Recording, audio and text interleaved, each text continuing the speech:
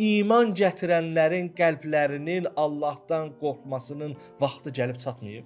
Allaha bəndə olmağın vaxtı gəlib çatmayıb? Bunun hadisəsinin birini də eşitmisiniz də.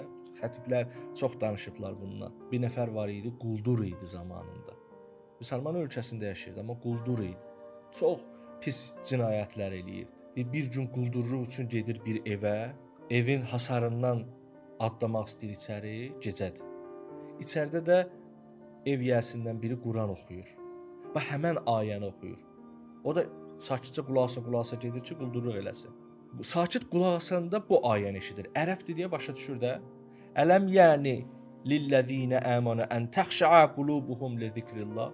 Allahın zikri ilə qəlblərin qorxmasının vaxtı gəlib çatmayıbmı? Bu ayəni oxuyanda tarix deyir ki, mən özüm də oxumuşam, xutbələrdən də çox eşitmişik.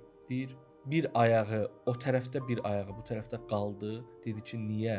Çatdı vaxt. Ondan sonra qayıtdı və Allaha bəndə olmağa çalışdı. Deyirlər ki, zəmanəsinin abidlərindən birinə çevrildi. Bax, bu ayə çox qəribə ayədir. Allah deyir ki, bu qədər eşidirsə, bax, ona görə deyirəm, bu ayə bizə daha çox aiddir.